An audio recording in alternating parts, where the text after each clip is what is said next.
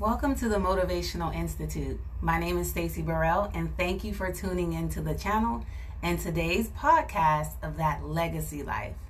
Future episodes will have special guests, so I encourage you to keep tuning in for more content. Today's dialogue will actually be brought to you by me, and here I will explore my top 5 as it relates to positive parenting. So let's start off with number 5. Number 5 is, and if you're writing this down, I'll give you time to grab pen and paper. But number 5 for me is letting go of the past. One of my favorite quotes is, "The beginning is always today." So as parents, I feel that it's important that we get a fresh start, that we let go of things that happened in the past, things that we see as failure and defeat, and really get up every day and start over.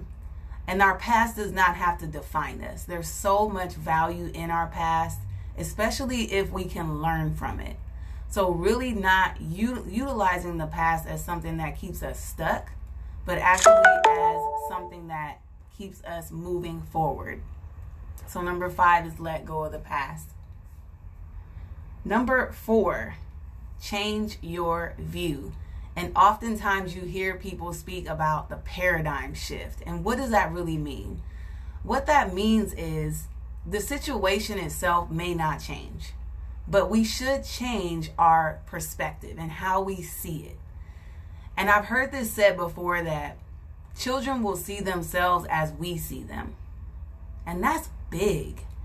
And it puts a lot of pressure on us, even as parents, but it also is a very powerful position. And it's really important that we ask ourselves sometimes, how do we really see our child? Do we see them as someone who's strong, capable, smart, and loving?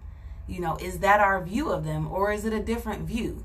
And we do have to dissect that a little bit and ask ourselves and really analyze our feelings, because children will absorb how you feel, even if you don't say one single word.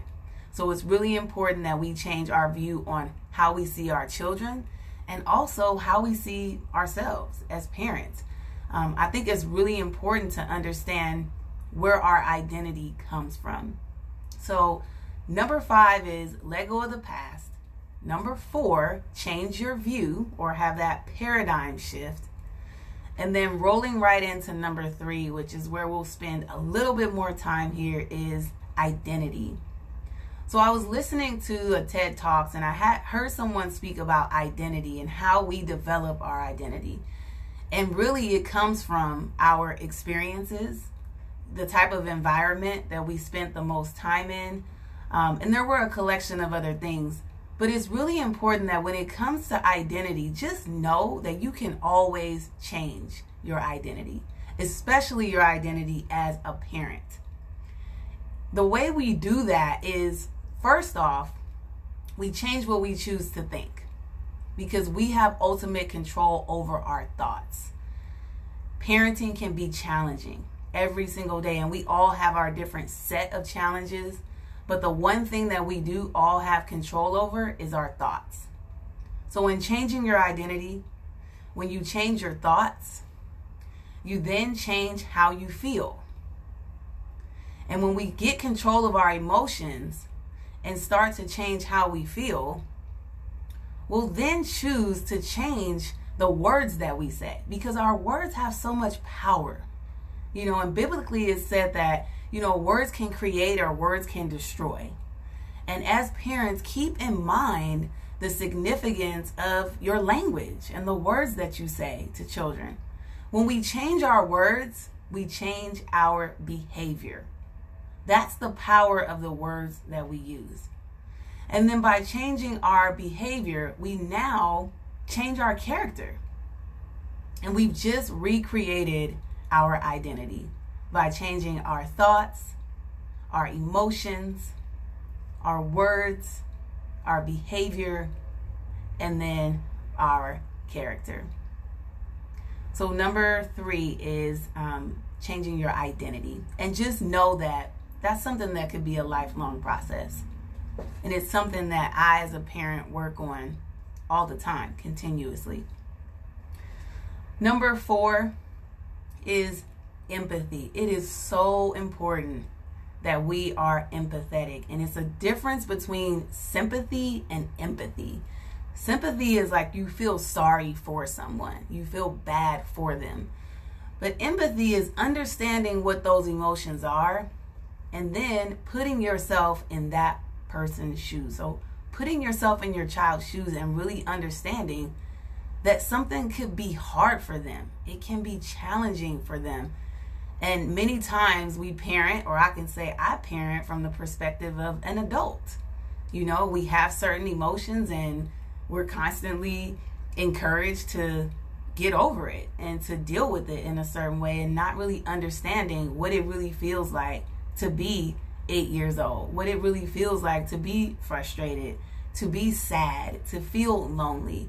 And those are a lot of the feelings that our children experience. So when we become empathetic, we learn to walk alongside those challenges with our children, so they don't feel like they're alone.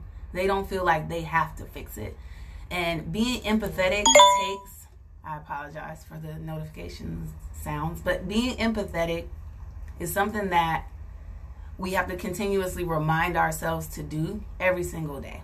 It's not something that you just become. Some of us are more empathetic than others, and some of us really have to work at this one. So if you feel like it's taking you more time and this is a challenge for you, that's okay. Just know that you are not alone. And number 5 here is my favorite, my ultimate favorite. And I actually got inspired by this from my pastor, Dr. Robert E. Fowler, Sr., from Victory Missionary Baptist Church. And I'll never forget it because I was sitting in church and he began to preach this sermon. And it's one of those sermons where I felt like it was written for me. You know, we've all probably experienced that. Like you feel like the preacher is talking to you. And the title of this sermon was Run Your Race. And he talked about how in life, sometimes when we're in a race, we're worried about the past race that we lost. Or we're looking to see who's in the stands, who showed up today. We're turning to our left and to our right to see who our opponents are. You know, during this race, we might be wondering where they are, how far ahead and how far behind.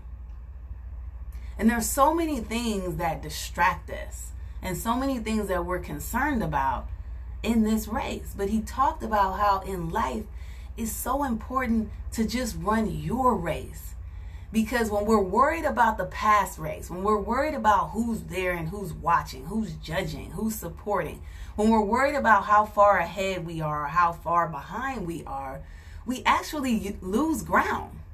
We lose ground. And when it comes to parenting, I speak to this from a personal standpoint that is so important that if you are a parent and you are co-parenting or you're a single parent, that is so important for you to focus on self. Focus on who you want to become as a parent. Focus on the relationship that you have with yourself and that you have with your child. Put all of your energy into you and into the children. Don't worry about what somebody else is doing. I say the best way to help someone else change their behavior is to change your own.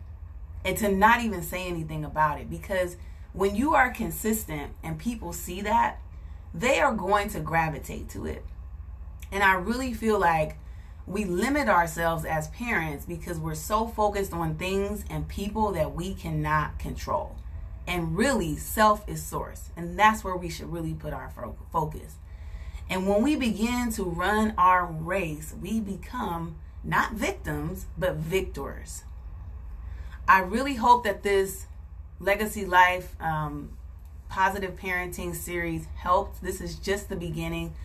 Like I mentioned, we will have more podcasts in the future, and every single podcast we will have a special guest, because I feel that it's really important that we get these life experiences out to individuals who may be experiencing something similar and may need to hear a word. And sometimes, I think I heard Les Brown say this, is like, we don't want to learn from our own mistakes. We should learn from the mistakes of others. So just to summarize today, my top 5 for positive parenting are: let go of the past, change your view, create a new paradigm shift, change your identity, create a new identity, become empathetic, and run your race. If you enjoyed this message today, please like and subscribe. Share this information with someone who you think would find it beneficial. If you're new to the channel, thank you so much for tuning in. And I look forward to speaking to you soon. God bless.